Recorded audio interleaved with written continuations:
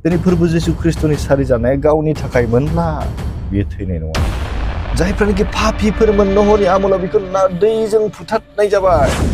एबारनि पापीफोरखौ माजों नोरकनि अराव गारसननाय जागोन आरो जोंखौ शान्तिनि लामायाव दैदेनगोन। सोर दैदेनगोन?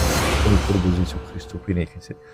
हेल' बयनिबो सिगाङाव जोंनि गोजौसियाव थानाय आफा इसोरा बाख्नाय जाथों। नैथियावहाय बेयाव आंजों लोगो लानाय साफ्रोमखौबो आंनि बे गस्पेल मेसेन्जार चेनेलनि जानानै फोरबो जिसु ख्रिस्टनि मुङाव अननाय सिबिनाय लोगोसे खुलुमनायखौ जासिगोरनाय थाबाय। बर'दिननि सोमोन्दैहाय इसोरनि गाहाम बाथ्रा नोंथांमोननि गेजेराव दिनैहाय लानानै फैदों। आं पार्ट 1 बियो, नेक्स्ट आं ख्रिस्टमासनि थाखाय मोनसे पार्ट लानानै फैबावगोन। आं पार्ट मोननैयाव आं फोजोबनो सेस्था खालामगोन। ख्रिस्टमासआ मा बेनि बिसय जों दिनैहाय सोलोंगोन। जे आंनि बे भिडिअखौ इउटुबाव नायबाय साफ्रोमखौबो आं बरायग्रोनाय थाबाय। बे बर'दिनखौ जों मानो फालिनाय जायो होनोब्ला गिबियावनो बुंगोन फोरबो जिसु ख्रिस्टनि सारि जानायखौ गोसोखांनो थाखाय जों बे बर'दिनखौ फालिनाय जायो। नाथाय बिनि गेजेरजों जोंहा मोनसे गोजोनथाव रादाब दङ।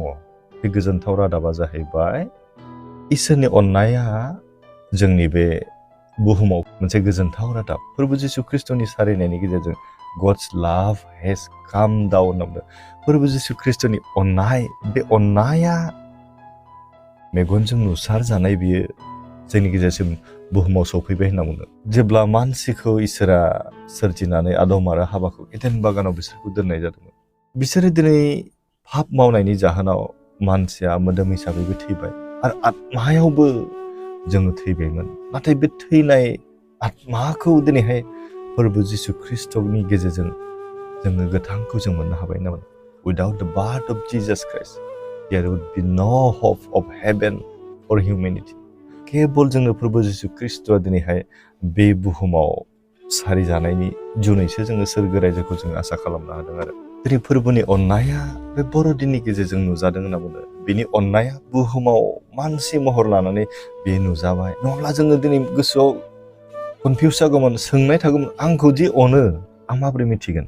दिनै फोरबो जिसु ख्रिस्टखौ नोंनि आरो आंनि थाखाय हरबाय। बेयाव जों मिथिनो हायो। बेनिखायनो लुकासनि 1:78 आरो 79 जोंखौ मा बुंदों जों बेखौ सोलोंनि। जोंनि इसोरा गोसो इसिंनिफ्राय अनो होननानै बुंदों। बेसे मोजां बाथ्रा। बे अननायखायसो दिनै फोरबो जिसु ख्रिस्टखौ बुहुमाव बियो हरबाय।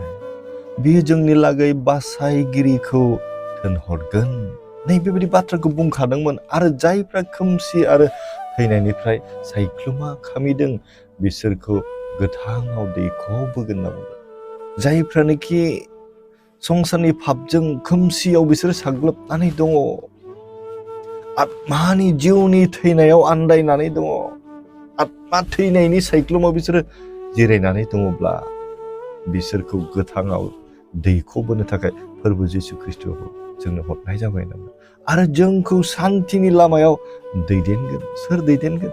दिनै फोरबो जिसु ख्रिस्ट फैनायखायसो जोंनि जिउआव गोजोननायखौ जों मोननो हायो। बेसे मोजां बाथ्रा। बेनिखायनो आं दिनै बेखौसो बुंनो लुबैदों, बे बर'दिनालाय जोंनि जिउआव मानो एसेबां गोनांथि? फोरबो जिसु ख्रिस्टआ जोनोम जाबाय, कालबारिनि क्रुसाव दोगथाब जाबाय, बे सानथामाव सिखांफिननानै सोरगोआव थांबाय। जोंनि थाखाय दा बियो गोथार जिउखौ जोंखौ हेफाजाब होग्रा बियो जोंनो हरबाय। अब्ला जों बे बर'दिनखौ जोंनो मानो नांबावगौ? गोबाङा बेबायदि साननो हागौ। बेनिखायनो आं नै बेखौ बुंनो सानदों, व्हाइ इज क्रिसमास इम्परटेन्ट? जोंनि थाखाय बे बर'दिना मानो गोनांथार?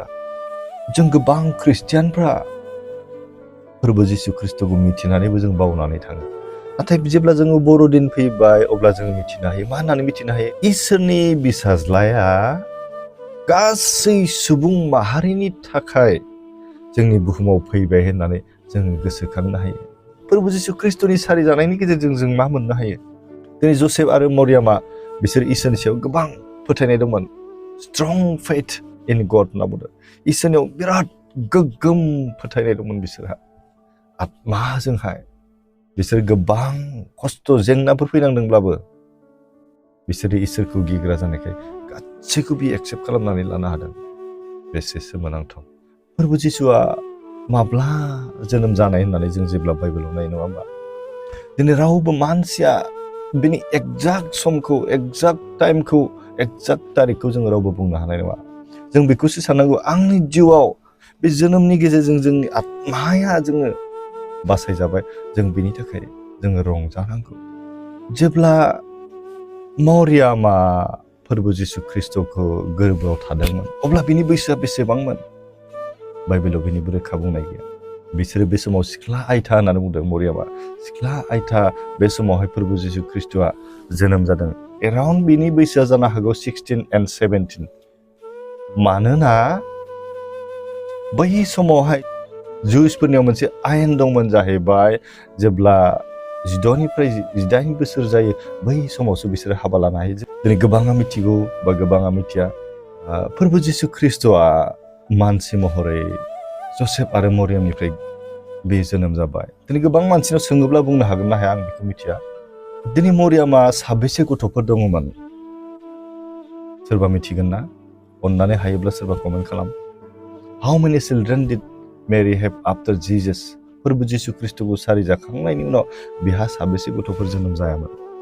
मिथिनो गोनां बाथ्रा आरो जों बेखौ मिथिनानै लानाया खोब गाहाम होननानै आं सानदों आरोना जों जेब्ला मार्कुसनि दबालाबनि 3 सिरियाव जों नायो बेयावबो जों मोननो हायो and the gospel of Matthew माथाइनि 13 बालाबनि 55 निफ्राय 52 सिरियाव जों बेयाव मेनसन खालामनाय दं माबायदि जेम्स जाकब जोसेफ जुदा and Simon and brothers of Jesus होनना बुंदों फोरबो जिसु ख्रिस्टनि नै बेफोरो फंबायफोर मारियामनि गथ'फोरा नै बे आरो फोरबो जिसु ख्रिस्टखौ सारि जानायनि उनावबो जेम्स जोसेफ जुदा आरो सिमन the same verse also mention unnamed sister of Jesus फोरबो जिसु ख्रिस्टनि बिनानावबो दङ होननानै बे बाइबेल सिरियाव जोंखौ फोरमायदों आरो बेनिखायनो बे बर'दिननि गेजेरावहाय गुबै मेसेजआ मा गुबै ओंथिया मा जों जेखौबो जों नायबिजिरनो नाङा बे बर'दिननि गेजेरजों इसोरा जोंनि जिउआव मा लाबोदों बेखौ जोङो साननानै नाय मा बान्था दिनै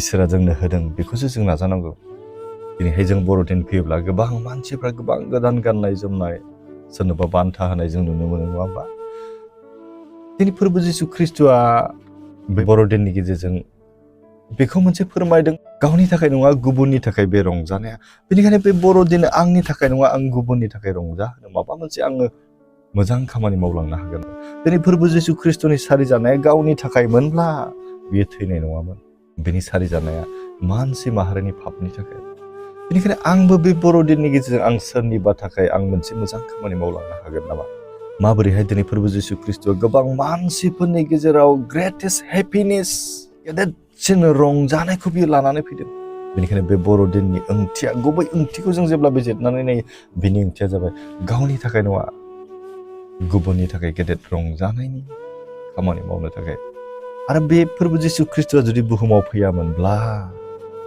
जोङो सोरगोखौ आसा खालामनो हानाय नङा बेनिखायनो बे समावहाय जननि 3 सल'खौ आं फरायनो लुबैदों इसोरा दिनै अननायखायसो बे फोरबो जिसु ख्रिस्टखौ नोंनि आरो आंनि थाखाय बे बुहुमाव हरबाय नालाय ना मानोना इसोरा संसारखौ एसेग्राब अनबाय बियो गावनि सासेल' बिसाज्लाखौ ओरैनो हरबाय फ्रि गिफ्ट जोंनि थाखाय बियो हरबाय नामा बेखौ जायहा फोथायगोन बियो आद्रि जानाय नङा माब्लाबाबो नाथाय जोबनो गैयै गोथांखौ मोनगोन नामा बेसे मोजां बाथ्रा जोंनि थाखाय इसोरा सोर जों सोंनानै नाय आरो बियो जोंखौ अनबाय लाभ माबायदि अननाय होखो बेलाय जोङो पापआव थांबायमोन जोङो थैनायाव थांबायमोन मोदोम हिसाबै जों थैबाय दाबो थैखायो नाथाय आत्मायावबो जोङो थैनो थांबाय नाथाय जोंनो बियो सोरगोखौ होबाय बियो जोंनो मा होखो सोरगोखौ होबाय माबायदि होखो बियो फ्रि जेबो थाइसेबो थाखा होनाङा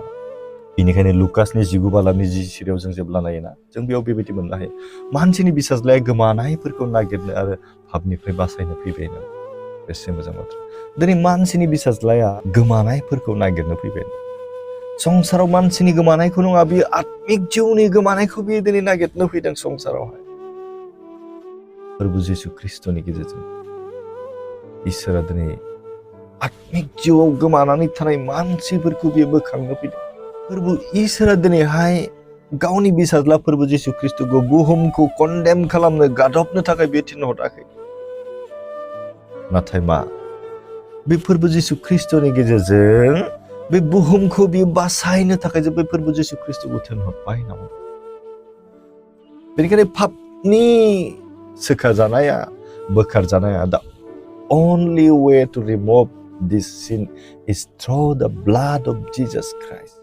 फोरबो जिसु ख्रिस्टनि थैनि गेजेरजोंसो जोङो गहोजानायखौ मोनो। बेनिखायनो फोरबो इसोरा दिनै जोंखौ अननायखाय बियो बे बुहुमाव फोरबो जिसु ख्रिस्टखौ सारिजाहोबाय। बेसे मोजां। बेनिखायनो जोङो जायनोखि इसोरनियाव गावनि पापफोरखौ सिमान लागोन, if we confess our sin, जोंनि पापफोरखौ जों सिमान लायोब्ला आरो जों जुदि फोरबो जिसु ख्रिस्टखौ आंनि जिउनि बासायगिरि होननानै फोथायोब्ला नैबेबायदि मानसिया सोरगो रायजोखौ मोननो हायो होनना बुंदों।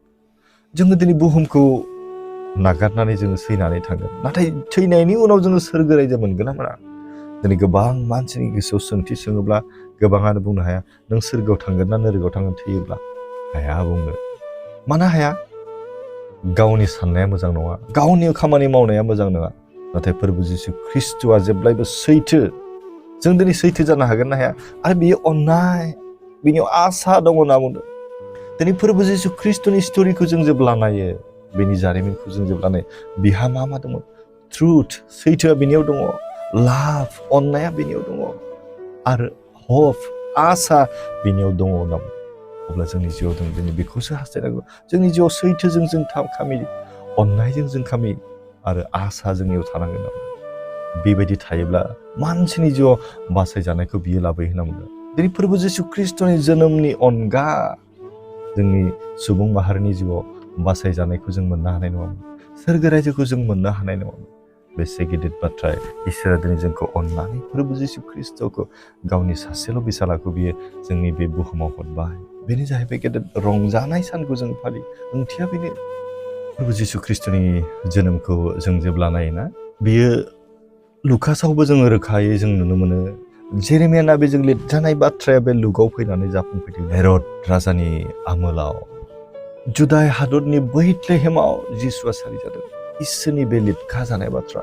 दिनै जोंनि पापनि बासायजानाया जोङो गैयामोन, नाथाय जोङो मा जाखो? दिनै फोरबो जिसु ख्रिस्टनि गेजेरजों जोङो मोनबाय। इसोरा दिनै फोरबो जिसु ख्रिस्टखौ नोंनि आरो आंनि थाखाय हरबाय। बेनि थाखाय जोङो रंजानांगौ। नाथाय बे रंजानायाव जानाय लोंनायजों नङा, जोंनि आत्मायाव सारिजानायखौसो जों नायनांगौ होनना बुङो।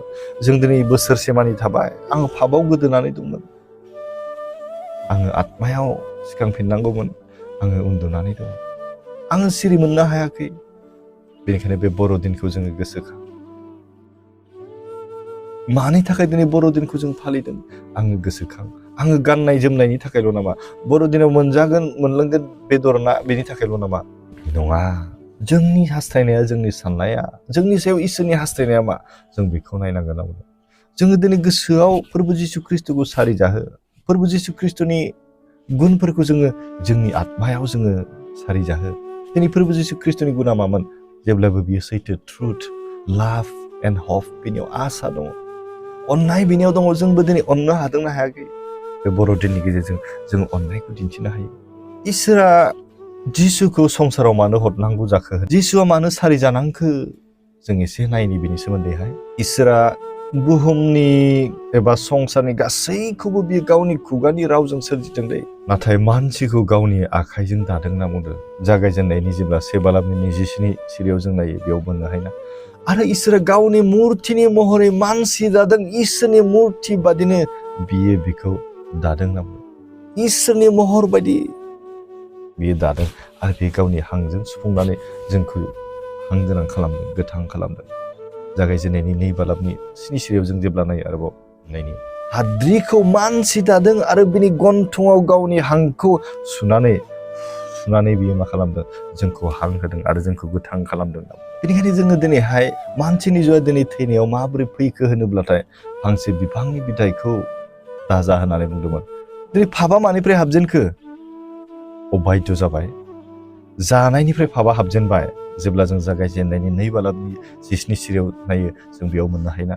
आन्थाय गाहाम आरो हामाखौ सिनायहोग्रा बिफांनि बिलाइखौ नोङो जानो नाङा होनना बुंदोंमोन बाइबेलावहाय।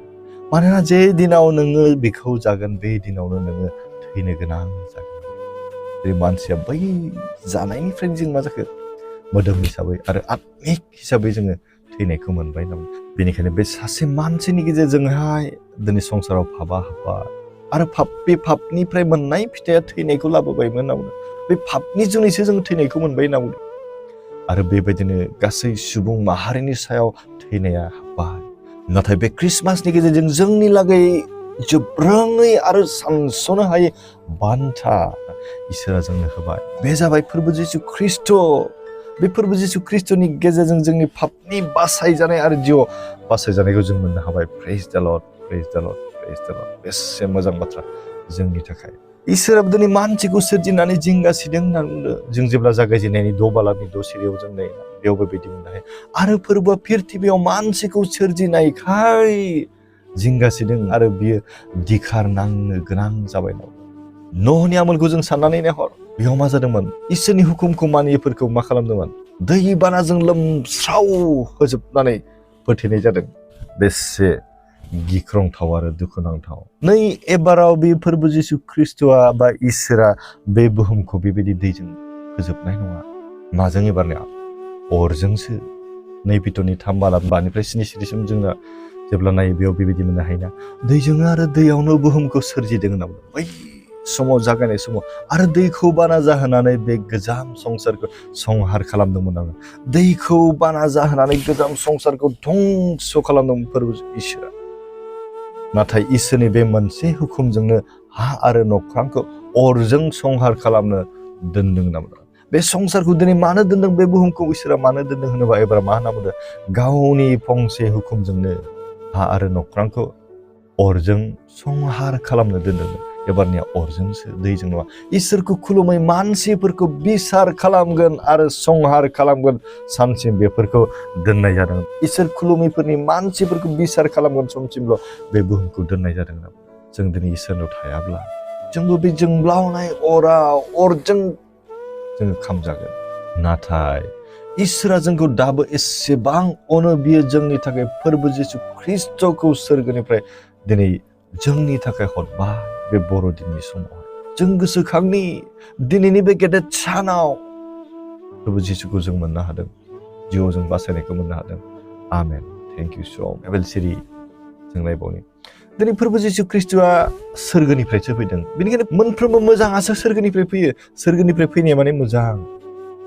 नोरकनिफ्राय फैनाय, सैताननिफ्राय फैनाय, बुहुमनिफ्राय फैनाया मोजां नङा होननानै, थोजासे मोजां नङा। नाथाय जायहा नोंनि जिउआव सोरगोनिफ्राय फैयो बियो जोबोरै मोजां होनना बुंदों। जों जेब्ला जाकबनि 1 बालाबनि 17 सिरियाव जों नायो, जेम्स चेप्टार 1 भार्स 17आव बेबायदि मोननो हायो। मोनफ्रोमबो मोजां आरो साबसिन बोरा सोरगोनिफ्राय फैयो। बा एसे मोजां। बेखौ इसोरानो हरो। बियो नख्रांनि सान, अखाफोर आरो हाथरखिफोरनिबो सोरजिगिरि। बाप बाप। नख्रांनि सान, हाथरखि आरो अखाफोर बेनिबो सोरजिगिरि। बेबायदि सोरजिगिरि इसोरनि बिसाजों जानो मोनदों। जों जेसे गौरब खालामनांगौ जोंनि थाखाय। बेसे मोजां बाथ्रा। बिनियाव सोलायनाय गैया नामा? नो चेन्ज। सोलायनाय गैया इसोरनियावहाय। सिगां जेरैमोन दाबो बिदिनो आरो इयुनावबो बेबायदिनो थाबाय। नङाबा बियो जोंनिफ्राय उनफिना। बियो फावसायनानै थाग्रा नङा आरो दावथ्रोदनाय गोनां सायखं बायदि सोलाया होनना बुंदों। सायख्लुमखौ साननानै नाय। सान्दुङा फुङाव ओंखारोब्ला जोंनि उनथिं सायखं जागोन। जेब्ला सान जौगोन सिदा सिदा जागोन, जोंनि सायखङाव जोंनि सिदा गोग्लैगोन।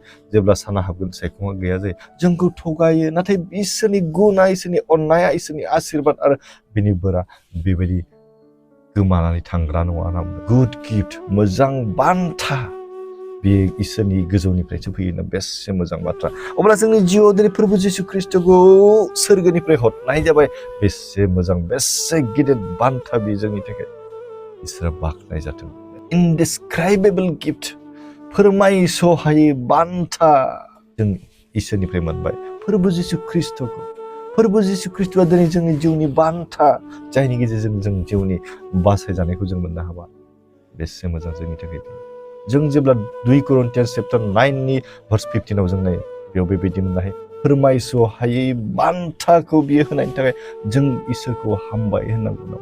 बेनिखायनो जिसु ख्रिस्ट'आ बे ख्रिस्टमासनि गेजेरजों इसोर आरो मानसिनि गेजेराव थानाय जि फारागथि बेखौ सिफाय फैबाय होनना बुंदों। दिनै पाप मावबायमोन, इसोरनिफ्राय जों गोजानाव थाबायमोन। फोरबो जिसु ख्रिस्ट'नि सारि जानायनि गेजेरजों, बेनि कालभारिनि क्रुसाव बलिदान होनायनि गेजेरजों बिनि सिखांफिननायनि गेजेरजों जोंनि फोरबो इसोरजों जि सेपारेसन दंमोन, फारागथि दंमोन, बेखौ बे सिफायबाय होनना बुंदों। बेसे मोजां बाथ्रा। नोंनि जिउआव दिनैहाय इसोरनि बेबायदि मोजां गुनजों जों गावखौहाय बेंनानै लानो हायाखैबा दानो सम। फोरबो जिसु ख्रिस्ट'नि सारि जानायनि गेजेरजों जों मा सोलोंनो हादों? जोंनि जिउआव जोङो बेखौ सोलोंनो हायो, दिनै इसोरा जोंखौ अननायखाय फोरबो जिसु ख्रिस्ट'नियाव मा मोजां गुनखौ जों मोननो हायो? बियो जेब्लायबो सैथो, बिनियाव जेब्लायबो अननाय दं आरो जेब्लायबो बिनियाव मोनसे आसाखौ बियो लाखियो। बियो फेलें खालामा होनना बुङो। दिनै आंनि फिसालानि गोरों जाथों होननानै आं इसोरनियाव गाबख'यो। आंनि जिउआ गोमानानै दं, आंनि थाखाय आं मानो गाबख'नो हायाखै? आङो संसाराव फाबाव गोदोनानै आंनि जिउआ आत्माया थैनो थांगासिनो दं। जोंब्लावनाय अराव लेलायनो खेंखायनो थांगासिनो दं। आंनि थाखाय आं मानो इसोरनाव गाबख'वाखै? बेसे गिथावना बाथ्रा। जोंनि गोमानाय जिउखौ जों दिनै इसोरनाव लाबोफिननांगौ। बे फोरबो जिसु ख्रिस्ट'नि जोनोमनि गेजेरजों आत्मिगाव जिउआव गोमाबाय, जोङो थैबायमोन। पापनि जुनै जोङो थैबायमोन, नाथाय फोरबो जिसु ख्रिस्ट'नि गेजेरजों जों जिउखौ जों दिनै मोनफिनदों। दिनै जों साननानै नाय, सासे मानसिया जेब्ला गावनि सनानि आस्थामानो बेयो गोमागोन, जों बेखौ गारनानै फैगोन नामा? ओइ थांथोंसै, रावबो फैनाय नङा। हानाय माने बेखौ नागिरगोन,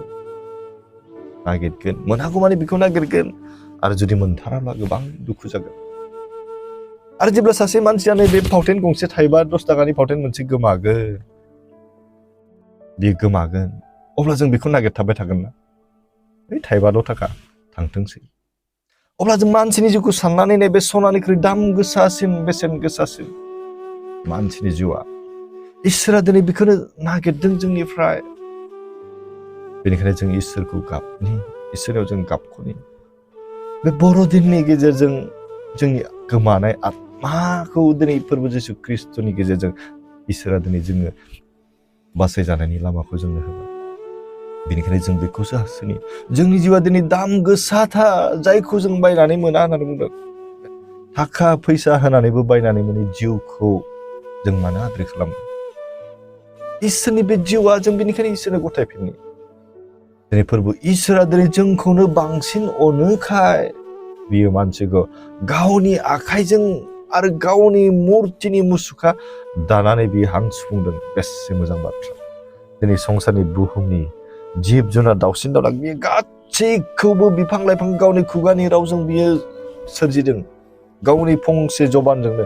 नाथाय मानसिखौ बियो अननायजों दादों नामा? जोंनि थैनायनि बिबानखौ बियो बानस'दों। आसरित। बेबायदि अननाय जों बहा मोनगोन? जोङो बहा मोनगोन? फोरबो जिसु ख्रिस्ट'खौ कालभारि क्रुसाव थै बोहै होनानै दिनै जोंनि गासै पापफोरखौ बियो सुस्राबाय होनना बुंदों। जों दिनै इसोरनियाव गोजान जानानै खोमसियाव आन्दायनानै दङ, नाथाय इसोरा जोंखौ दाबो नायहरनानै लामा नायगासिनो दं। वेटिं। बे जोंखौ नेगासिनो दङ। नोंथाङा दिनै फैफिननो रेडि ना? नोंथाङा गोसोआव एसे सोंनानै नाय। नोंथाङा दिनै गोसोआव सोंनानै नाय, नों दिनै फोरबोनि बेबायदि नेनानै थानायाव फैफिननो राजि ना? जोंबो दिनै बिदिनो खोमसियाव थानानै इसोरखौ नागिरदों, नाथाय जोङो मोनाखै। आरो मोननायबो नङा। मानो थाखाय मोननाय नङा? जोंनि जिउखौ जोङो जुदि देम्फ'जों जों गोजोन खालामाब्ला जोङो मोननाय नङा। जोङो स्रांजों जों सुफुंजानांगोन जोंनि आत्मिक जिउआवहाय, अब्लासो नागिरनानै मोनगोन होनना बुंदों। बेनिखायनो बे बर'दिननि गेजेरजों जों बेखौसो सोलोङो।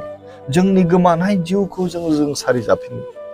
आत्मिकाव जोङो सारि जायो। माजों? फोरबो जिसु ख्रिस्ट'नि सैथोजों। जोंखौ अननायखायसो जोंनि जिउखौ गोमाहोनो बियो इच्छा खालामा होनना बुंदों। जोंखौ बियो माब्लाबाबो गोमानायखौ बियो इच्छा खालामा। आं पार्ट 2 मोनसे लाबोबावगोन। बेनि उनाव आं बर'दिननि मेसेजखौ आं फोजोबगोन आरोना। बेनिखायनो बे बर'दिननि गेजेरजों जों बेखौनो सोलोङो। फोरबो जिसु ख्रिस्ट'नि सारि जानायनि सानखौ जों फालियोब्ला जों आत्माजों, जोंनि जिउजों जों फालिनि। आंनि जिउआव आं थैनानै थांबायमोन, आं दिनै सारि जानाय बेसो ओंथिया। गोबां मानसिबो दं, गोबां सेंग्रा, गोबां सिख्लाबो दं। बर'दिन फैलायबाय, जानायनोसै, लोंलायनोसै, मोसानोसै, बेरायनोसै।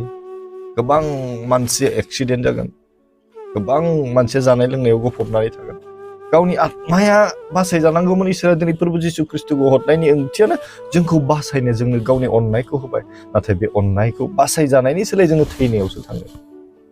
बेसे दुखुनांथाव बाथ्रा बेनिखायनो बे बर'दिना बयनिबो जिउआवहाय रंजानाय आरो गोजोननाय लाबोथों आं बेखौनो आसा खालामदों अब्ला आं दिनैनि बे इसोरनि गाहाम बाथ्रा बुंनायखौ बेखिनियाव फोजोबबाय थेंक इउ